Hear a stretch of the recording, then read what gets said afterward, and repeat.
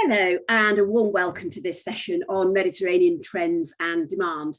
Over the next half hour or so, we'll be discussing the inbound traffic trends and markets, prospects for 2022 and the product trends for this region.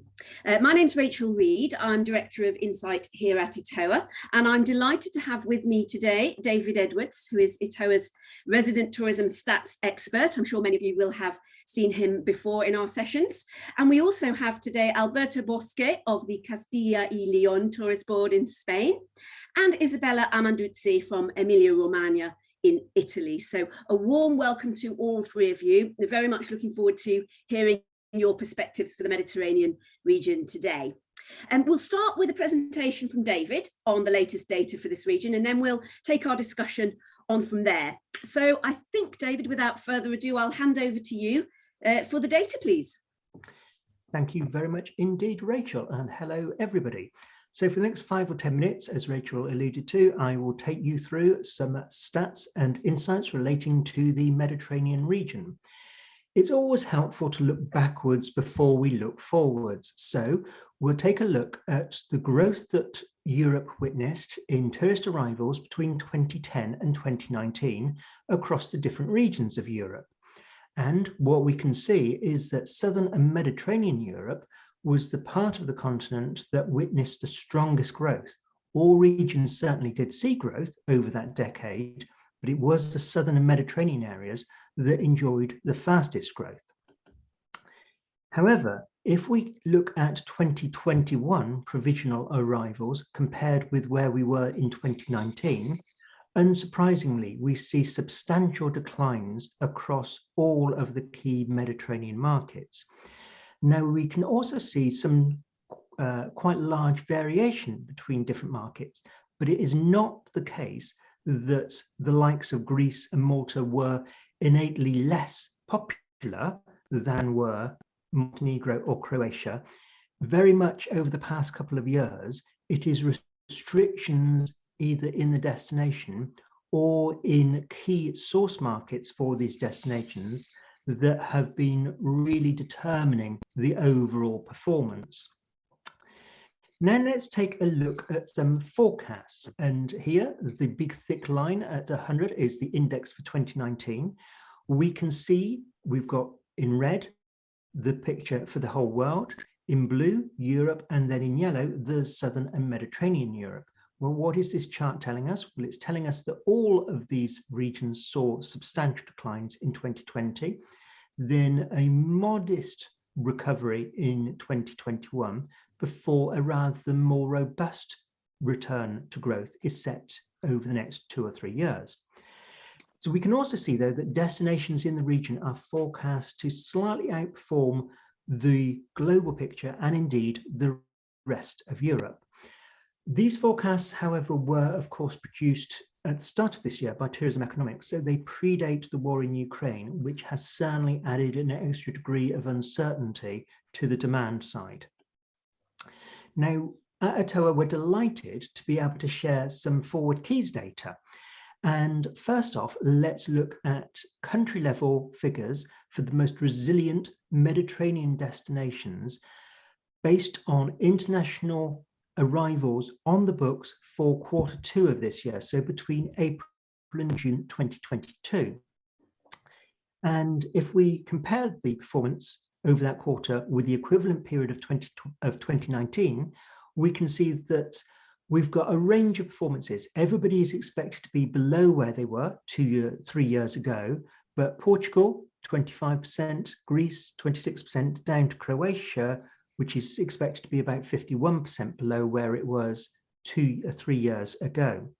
We can drill down further and look at individual destinations. Again, these are the most resilient markets, so we're not looking at everywhere, but we can see that Palma very nearly back to where it was in 2019, whereas at the bottom of our top 10 here, we've got Florence with minus 28%, potentially because the likes of Florence perhaps rather more reliant on long-haul source markets as opposed to intra-European travel.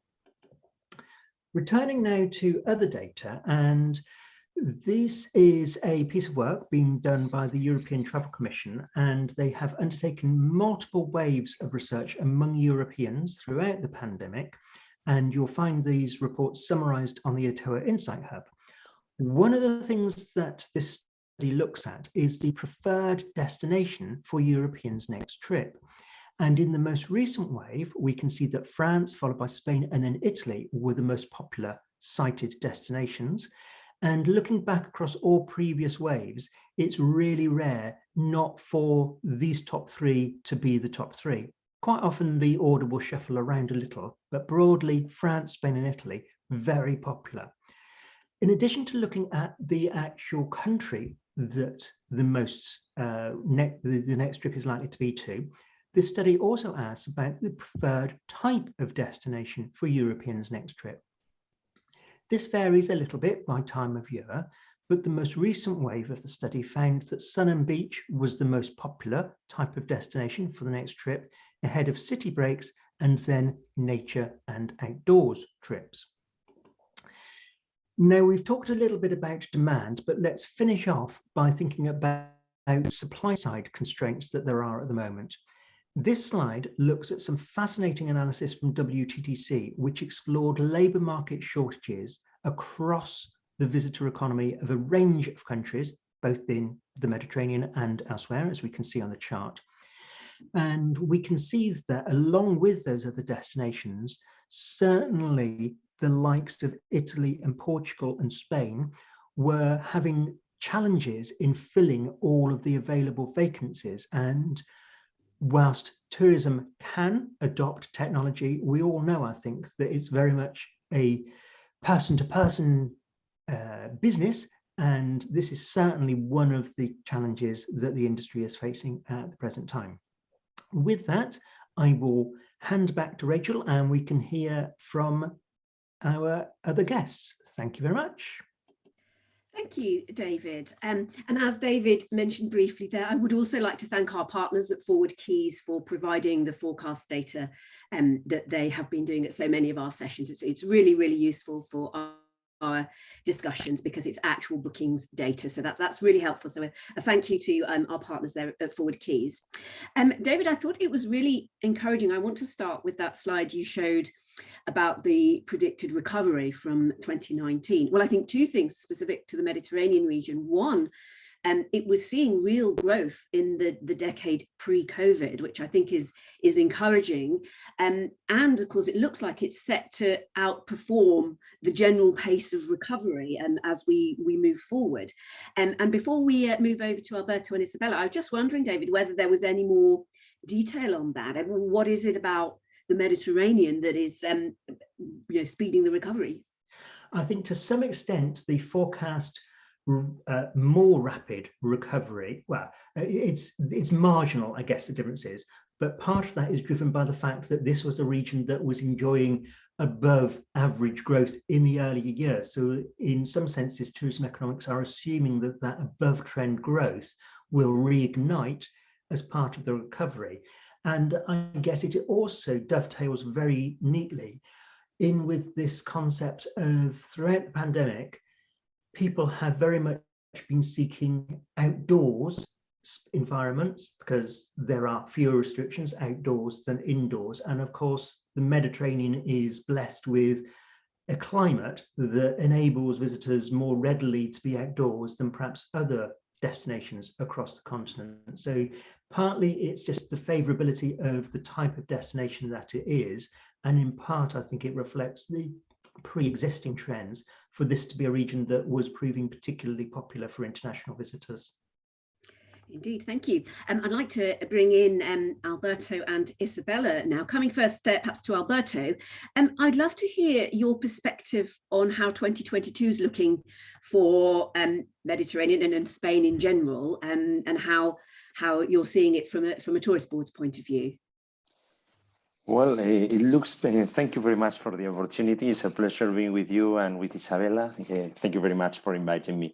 And I think that the predictions are amazing, are terrific.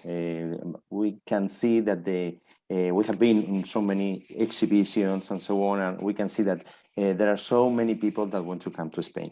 It's also true that the predictions are very difficult to be made because we depend on the pandemic situation, we depend on the war situation and so on. But we have very good aspects because Spain or Italy is home for so many people. There in England, when you ask someone in England would say his village, they say Benidorm, or when you ask something like this in Germany, they say it's Rimini, or so this is home for you. And the weather is also a key aspect. So we think that in the southern countries, we have very good predictions. Thank you. Isabella, I'd love to hear how things are looking in Italy.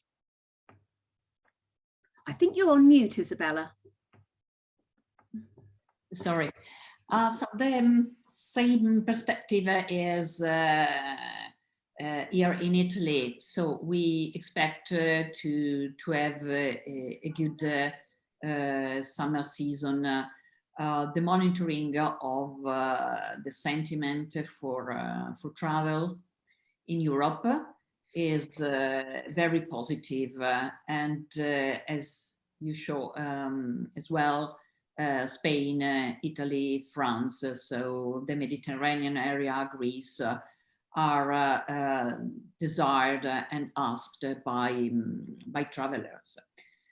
Of course, we in Emilia Romagna, we are part of the north of Italy. We are privileged because we have a huge Riviera. So we can, from our observatory, study also the demand for a sun and beach holiday, which has become in the last 2 years once again really very popular compared to other kind of holiday. Of course, there is a topic that we have to consider, that is the conflict in Ukraine with Russia. That is a challenge for economy, especially for the rise of cost of living. What we noticed, because 2022 is the first year here in Italy where we can rely on touristic flow already in springtime. Consider that Italy had no touristic flows in the past 2 years in the springtime. So tourism started back in the past year in May because we removed the block on the restriction on movement within Italian regions. So we talk about domestic tourism. And in 2020, it started in June. So the barometer of bookings in these past weeks has stressed out a slowdown in bookings, in demands. And Italy is not a tourism, the tourism in Italy is not generated by mass tour operator, but is mainly small groups interested in a mix between sun and beach and culture, or most of them are independent travelers. And of course,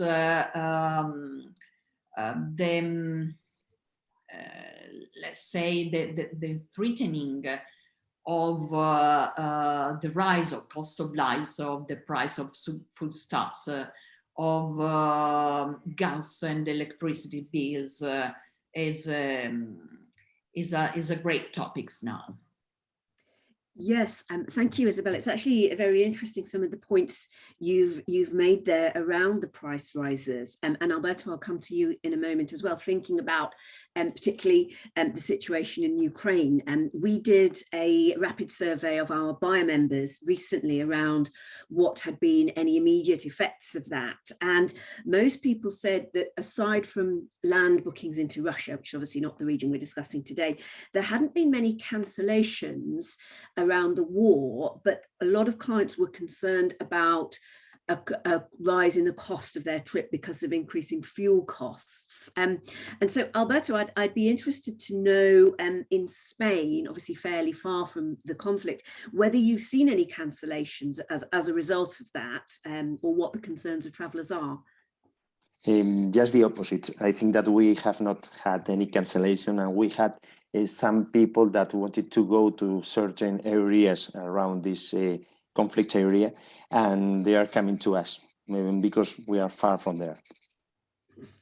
Yes, indeed. And Isabella, the same to you, really. Have you seen cancellations into Italy as a result of the situation? No, I wouldn't say cancellation, but only a slowdown in bookings. I consider as well that people are booking very last second now. And as I say, the tendency in this last 2 years is that people decide very last minute where to go on holiday. They are escaping from everyday life. So they are looking for a relaxing place, comfortable, easy to reach. And as for prices, so of course there will be an increase in the prices as well, accommodation facilities, cost of the travels if you come by car or by plane. It will probably take people to concentrate their holidays, maybe only one holiday, maybe a little bit longer, besides taking more trips along all the year long. Italy is also a country that is relying quite a lot on domestic tourism, which is more flexible, decide really depending on the weather condition. That is what has taken Italy to perform. I look, for instance, at our region. We have performed even in 2020 and 2021 better than because domestic demand.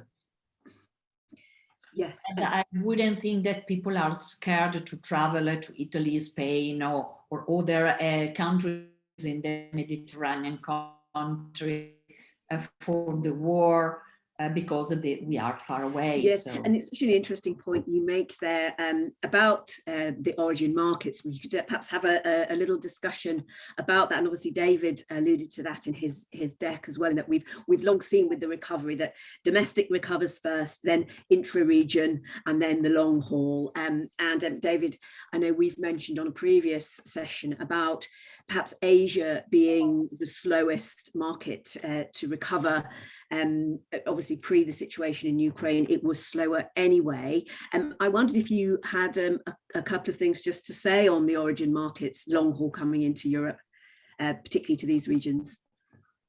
Indeed, I think we've got now quite good evidence that North Americans, particularly those from the US, are itching to travel again. There's been lots of travel within North America over the past couple of years, but the restrictions have become much lighter for both outbound and returning to the US. So I think we can look forward to a strong recovery. I don't think we will be anywhere close back to the volumes that we were seeing from the US in 2019 this year, but I think we at the moment can believe we're on the right track. Now, Asia Pacific, much more of a challenge, as you alluded to. A number of those markets are perhaps traditionally more apprehensive about traveling when there are crises of various forms taking place. Plus, layered on that, we have much more strict COVID-related restrictions still in much of the Asia-Pacific region. And indeed, we now see the likes of Shanghai going back almost into a full lockdown. So any great volumes of outbound travel from East Asia this year. Clearly, Australia and New Zealand are starting to open up. So those parts of Europe that traditionally welcome visitors from that part of the world may well start to be welcoming a number of those back again. So it's very much, I think, going to be a two-speed recovery within the long haul segment of North America in the lead, then East Asia very much following on at some point in the future, and it's unclear as yet quite when that will be. Yes, I think quite a few things unclear really for that region at the moment. I think actually one thing that Isabella mentioned, which I'd really like to pick up on, thinking about, you know, the way people are changing their behavior. Obviously, Isabella, you mentioned people booking much closer to travel time. You know, the lead time has really shrunk, obviously, during COVID, because people are not sure what they can do. But we've had various discussions around whether that may well become a permanent change in the industry.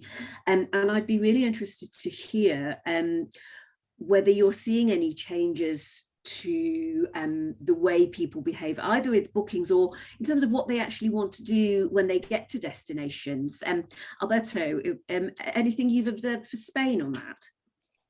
Yeah, we have seen some that any crisis accelerates some tendencies. And before the pandemic situation, we had so many people that wanted to visit the natural areas, the national parks and so on. And we think that on the last years, at the present, there are so many people that want to visit this area. So there is a certain diversification.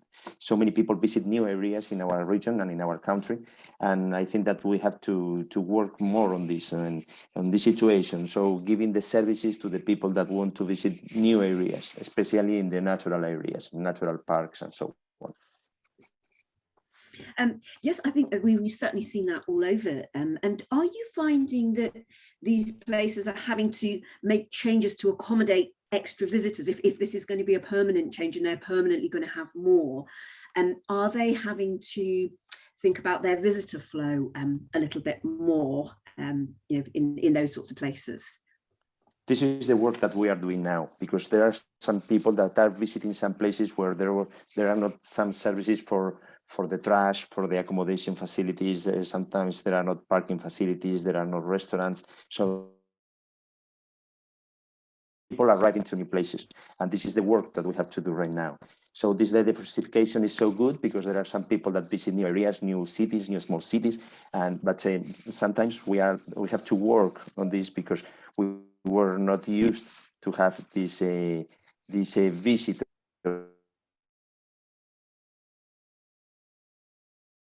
News. Anyway, there are some countries that are very prepared and with a great professional sector. So we are working on that, and we are going to give the services. It's a lovely problem to have, I suppose, isn't it? Yeah, lovely problem to have. Yeah. And Isabella, thinking about Italy, have you seen changes like that in terms of the types of product that people are wanting to enjoy? So the process of innovation of tourist offer in Italy has started, let's say, before the pandemic. It's a process that takes quite a long time. But I think, for instance, to cycling, hiking, walking ways, which were already quite popular before COVID.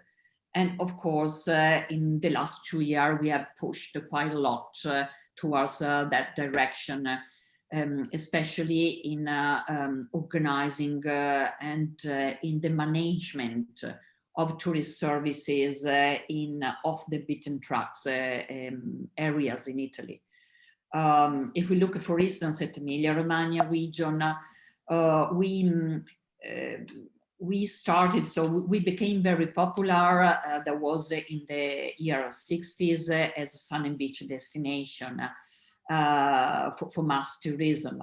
But we started already in at the end of the 90s, beginning of 2000, to work and develop the so-called backcountry tourist offer. For instance, we have moved what are important economic sectors of economy of Emilia-Romagna. We have turned them into tourist attraction. I talk about the food valley, so the visit to the food production chains, because Emilia-Romagna is the land of Parmigiano Reggiano, Parma ham, all the good Italian food. Or if you look, for instance, at Motor Valley. Motor Valley is a nickname of Emilia-Romagna because here are born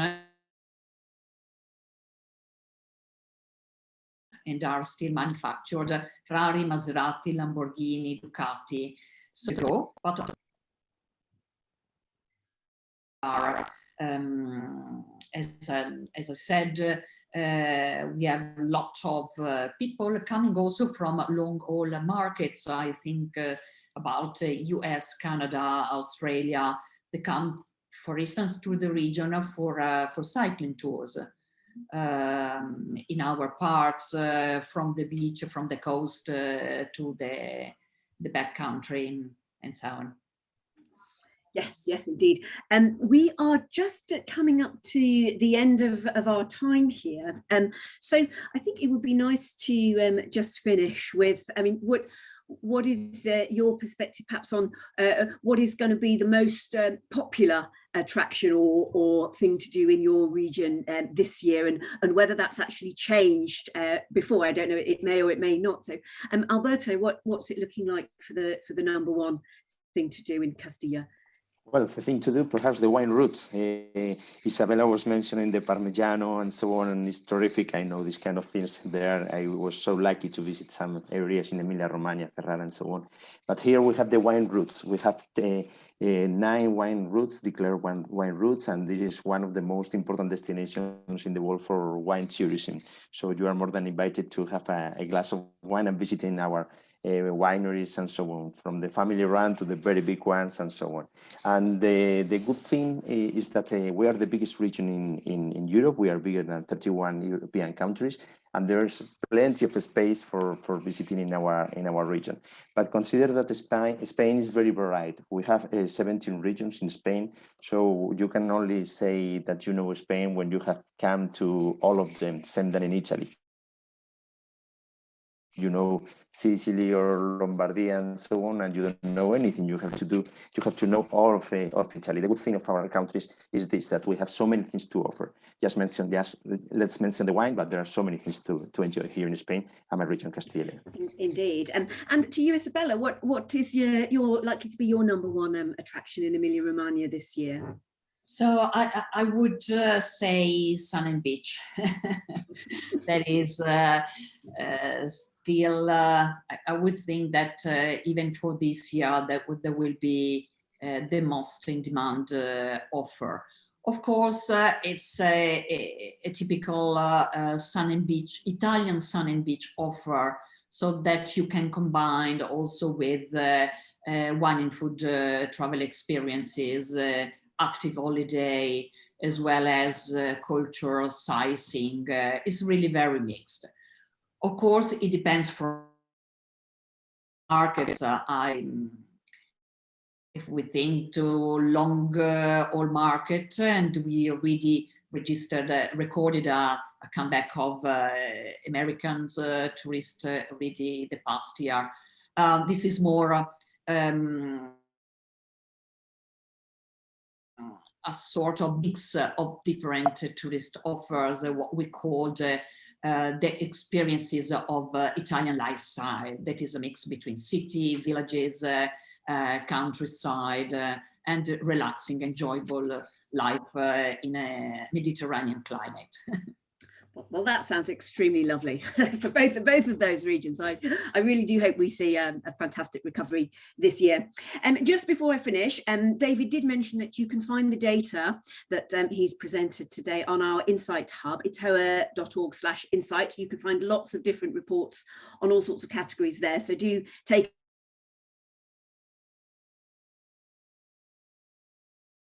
for the statistics. And so it remains for me to electives. Thank you so much for joining us today, and goodbye. Thanks to you. A pleasure. Thank you.